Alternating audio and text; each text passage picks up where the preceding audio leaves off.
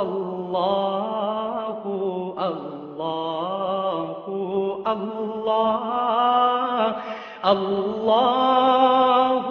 اللہ اللہ اللہ نحمدہ ونصلی ونسلم علی رسولہ الکریم اما بعد اعوذ باللہ السمیع العلیم من الشیطان الرجیم بسم اللہ الرحمن الرحیم شہر رمضان الذی انزل فیہ القرآن ھدی للناس صدق اللہ مولانا العظیم۔ ناظرین محترم السلام علیکم ورحمۃ اللہ وبرکاتہ۔ استقبال رمضان کی اس ویڈیو کے ساتھ میں ہوں افتخار علی گیلانی۔ ناظرین، رمضان المبارک کا بابرکت مہینہ ہم پر سایہ فگن ہونے والا ہے اور ہم اس کی استقبال کی تیاریوں میں مصروف ہیں۔ آج کی اس ویڈیو میں آپ کی خدمت میں یہ پیش کروں گا کہ رمضان المبارک کا استقبال کیسے کیا جائے۔ اس سے پہلے کہ میں آگے بڑھوں، آپ ہماری اس ویڈیو کو لائک بھی کریں اور ہمارے اس یوٹیوب چینل کو سبسکرائب کریں اور ساتھ جو بیل کا بٹن ہے اسے لازمی دبا دیں تاکہ آپ کی خدمت میں نئی نئی ویڈیوز پیش کی جا سکیں۔ ناظرین، رمضان المبارک کے بابرکت مہینے میں روز آپ کی خدمت میں ایک ویڈیو پیش کرنے کا ارادہ ہے۔ روزانہ ایک نئے موضوع کے ساتھ آپ کی خدمت میں حاضر ہوں گا انشاءاللہ۔ اللہ مجھے اس کام کی توفیق دے۔ ناظرین، رمضان المبارک کے بابرکت مہینے سے ایک روز قبل یعنی شعبان المعظم کی آخری رات آپ نبی کریم صلی اللہ علیہ وآلہ وسلم نے صحابہ کرام رضوان اللہ تعالی علیہم اجمعین کو ایک عظیم الشان خطبہ ارشاد فرمایا۔ حدیث کی کتابوں میں آپ کو یہ خطبہ ملے گا اور اس کے راوی ہیں حضرت سلمان فارسی رضی اللہ تعالی عنہ۔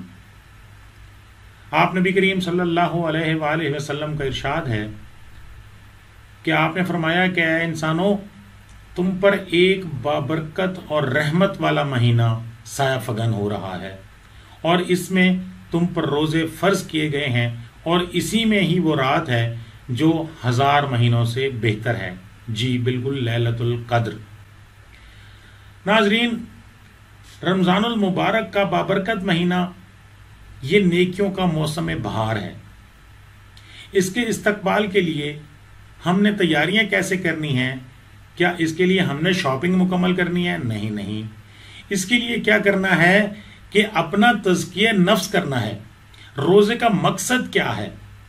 اللہ تبارک و تعالیٰ قرآن مجید فرقان حمید میں ارشاد فرماتے ہیں، اعوذ باللہ من الشیطان الرجیم، یا ایھا الذین آمنوا کتب علیکم الصیام، اے وہ لوگو جو ایمان لائے ہو، تم پر روزے فرض کیے گئے ہیں، کما کتب علی الذین من قبلکم، جیسا کہ تم سے پہلے لوگوں پر فرض کیے گئے تھے، لعلکم تتقون، تاکہ تم متقی بن جاؤ۔ اب روزے کا مقصد جا رہا ہے کہ تم اللہ کا تقوی اختیار کرو۔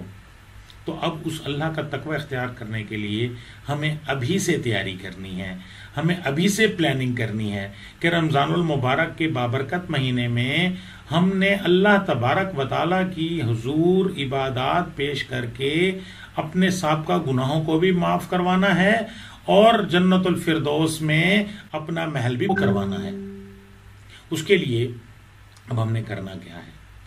سب سے پہلا کام تو ہمارے اندر جو برائیاں ہیں، ہمارے اندر جو کینہ ہے، ہمارے اندر بغض ہے، ہمارے اندر حسد ہے، ہمارے اندر غیبت ہے، ہمارے اندر جو جتنی بھی یہ معاشرتی برائیاں پائی جا رہی ہیں، ہم ایک دوسرے سے ناراض ہیں، ایک دوسرے سے کٹے ہوئے ہیں، تو ہم سب سے پہلا کام کیا کریں کہ ہم نے اگر کسی کا دل دکھایا ہے، ہم نے اگر کسی کو تکلیف دی ہے، ہماری اگر کسی کے ساتھ ناراضگی چل رہی ہے، تو رمضان المبارک کے آنے سے پہلے ان سارے معاملات کو سیٹل کر لیا جائے۔ دیکھیں، آپ نبی کریم صلی اللہ علیہ وآلہ وسلم کے ارشاد پاک کا مفہوم ہے، کچھ روزے دار ایسے بھی ہوں گے جنہیں روزے میں سوائے بھوک اور پیاس کے کچھ نہیں ملے گا۔ کیا مقصد ہے؟ کہ صرف بھوکے اور پیاسے رہے ہیں، باقی کوئی فائدہ نہیں ہوا روزے کا۔ اس کی کیا وجہ ہے؟ اس کی وجہ یہ ہے کہ روزہ تو رکھا ہے، صرف بھوکے اور پیاسے رہے ہیں، لیکن اور کوئی نیکی کا کام نہیں کیا ہے۔ اسی طرح جھوٹ بولا ہے، اسی طرح فراڈ کیا ہے، اسی طرح بددیانتی کی ہے، اسی طرح لوگوں کا دل دکھایا ہے، اسی طرح اپنے فرائض میں کوتاہی کی ہے، آپ نے اپنے حقوق ادا نہیں کیے، آپ نے اپنے فرائض ادا نہیں کیے، تو ہم کیا کریں کہ رمضان المبارک کے آنے سے پہلے اپنا احتساب کر لیں، اپنے آپ کو رمضان المبارک کے بابرکت مہینے کی فیوز و برکات سمیٹنے کے لیے تیار کر لیں۔ تو اس کے لیے تیاری کیسے ہوگی؟ تو اس کے لیے تیاری کرنے کے لیے ہم اپنے آپ کو ٹھیک کریں، اپنے اندر جو برائیاں ہمارے اندر پائی جا رہی ہیں ان کو ٹھیک کرنے کے لیے اس کا اہتمام کریں۔ تو میں امید کرتا ہوں کہ جب آپ یہ سارا کچھ کریں گے، اس کے بعد آپ دیکھیں گے کہ آپ کو نماز پڑھیں گے تو اس میں بھی سکون ملے گا، آپ روزہ رکھیں گے تو اس میں بھی آپ کو سکون ملے گا، آپ جو نوافل پڑھیں گے اس میں بھی آپ کو سکون ملے گا۔ رمضان المبارک کے بابرکت مہینے میں ہم نے کیا کرنا ہے، اس کے لیے ہم نے کیا تیاری کرنی ہے، تو اس کا آپ کو پتہ ہے کہ رمضان اور قرآن کا آپس میں بہت گہرا تعلق ہے۔ اللہ تبارک و تعالیٰ نے قرآن مجید فرقان حمید میں ارشاد فرمایا، شہر رمضان الذی انزل فیہ القرآن ھدی للناس، کہ رمضان کا بابرکت مہینہ ہے جس میں قرآن مجید فرقان حمید کو نازل کیا گیا، ھدی للناس، یہ ہدایت ہے پوری کی پوری انسانیت کے لیے۔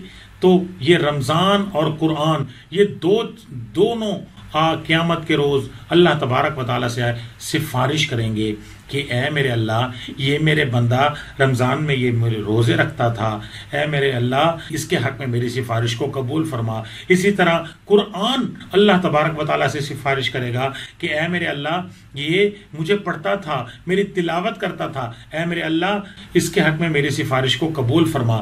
تو آپ دیکھتے ہیں کہ یہ دونوں بہت اہم ہیں اور رمضان اور قرآن کا آپس میں بڑا گہرا تعلق ہے۔ اللہ تعالیٰ قرآن مجید میں فرماتے ہیں کہ اب دو رعایتیں مل رہی ہیں دو قسم کے افراد کو، کون؟ یا تو وہ مریض ہو یا سفر میں ہو، تو اب اس پر روزے فرض نہیں ہیں، اسے روزے معاف ہیں، لیکن وہ کیا کرے گا؟ فعدۃ من ایام اخر، بعد میں اس نے گنتی پوری کرنی ہے۔ مثال کے طور پہ ایک آدمی رمضان المبارک کے مہینے میں سفر میں ہے تو وہ بعد میں جب روزے رکھے گا تو اس کو اسی طرح کا ثواب ملے گا۔ اچھا، اسی طرح سے کوئی مریض ہے، مثال کے طور پر بیمار ہو گیا ہے تو پھر وہ کیا کرے گا؟ تو روزہ نہیں رکھے گا۔ اچھا، اب بیماری کی ڈیفینیشن کیا ہے؟ یہاں یہ بڑا اہم نقطہ ذرا سمجھ لیجئے۔ بیماری کی نوعیت کیا ہے؟ یعنی اگر ایک آدمی کو ہلکا سا سر میں درد ہے یا ویسے ہی تو کچھ روٹین میں ہلکی پھلکی سی بندے کی طبیعت تھوڑی سی خراب ہو جاتی ہے تو اس کا مطلب یہ نہیں ہے کہ اس نے روزہ چھوڑ دینا ہے۔ روزے چھوڑنے کے لیے طبیعت کا زیادہ خراب ہونا ضروری ہے۔ یعنی مثال کے طور پہ ایک آدمی کڈنی پیشنٹ ہے، ایک آدمی کے گردے کا مسئلہ ہے، اسے ڈاکٹرز نے کہا ہے کہ آپ نے اتنے پانی پینا ہے، آپ نے اتنی میڈیسن لینی ہے، تو آپ روزہ نہ رکھیں، تو ظاہر ہے جب ڈاکٹر یہ سجیسٹ کر رہا ہے تو پھر آپ روزہ نہیں رکھیں گے۔ اسی طرح آپ ایک آدمی شوگر کا مریض ہے یا ایک آدمی ہارٹ پیشنٹ ہے، دل کا مریض ہے، یا اس کے اندر کچھ اس قسم کی ایسی بیماری ہے کہ اگر تو وہ روزہ رکھتا ہے تو اس کی طبیعت مزید خراب ہونے کا اندیشہ ہے، تو پھر اس کو چاہیے کہ وہ روزہ نہ رکھے، بلکہ کیا کرے؟ وہ اگر مثال کے طور پہ اگر ایک آدمی ڈائلیسس پہ ہے، گردے کا پیشنٹ ہے، تو پھر کیا کرے گا؟ اب ظاہر ہے وہ روزہ نہیں رکھ سکتا، وہ اس کو یہ بھی نظر آ رہی ہے کہ میں بعد میں بھی گنتی کے روزے پورے نہیں کر سکتا، تو پھر وہ کیا کرے گا؟ پھر وہ فدیہ دے گا، مساکین کو کھانا کھلائے گا، افطاریاں کرائے گا، لوگوں کو ہیلپ آؤٹ کرے گا، تو پھر اللہ تبارک و تعالیٰ بھی اس سے راضی ہوں گے۔ تو آخر میں یہی آپ سے درخواست کرتا ہوں کہ رمضان المبارک کے بابرکت مہینے کی آمد سے پہلے مکمل تیاری فرما لیں اور مجھے بھی اپنی دعاؤں میں یاد رکھیں، اور انشاءاللہ بہت جلد آپ کی خدمت میں اور نئی ویڈیوز کے ساتھ حاضر ہوں گا۔ اس وقت تک کے لیے اجازت دیجیے، اللہ حافظ۔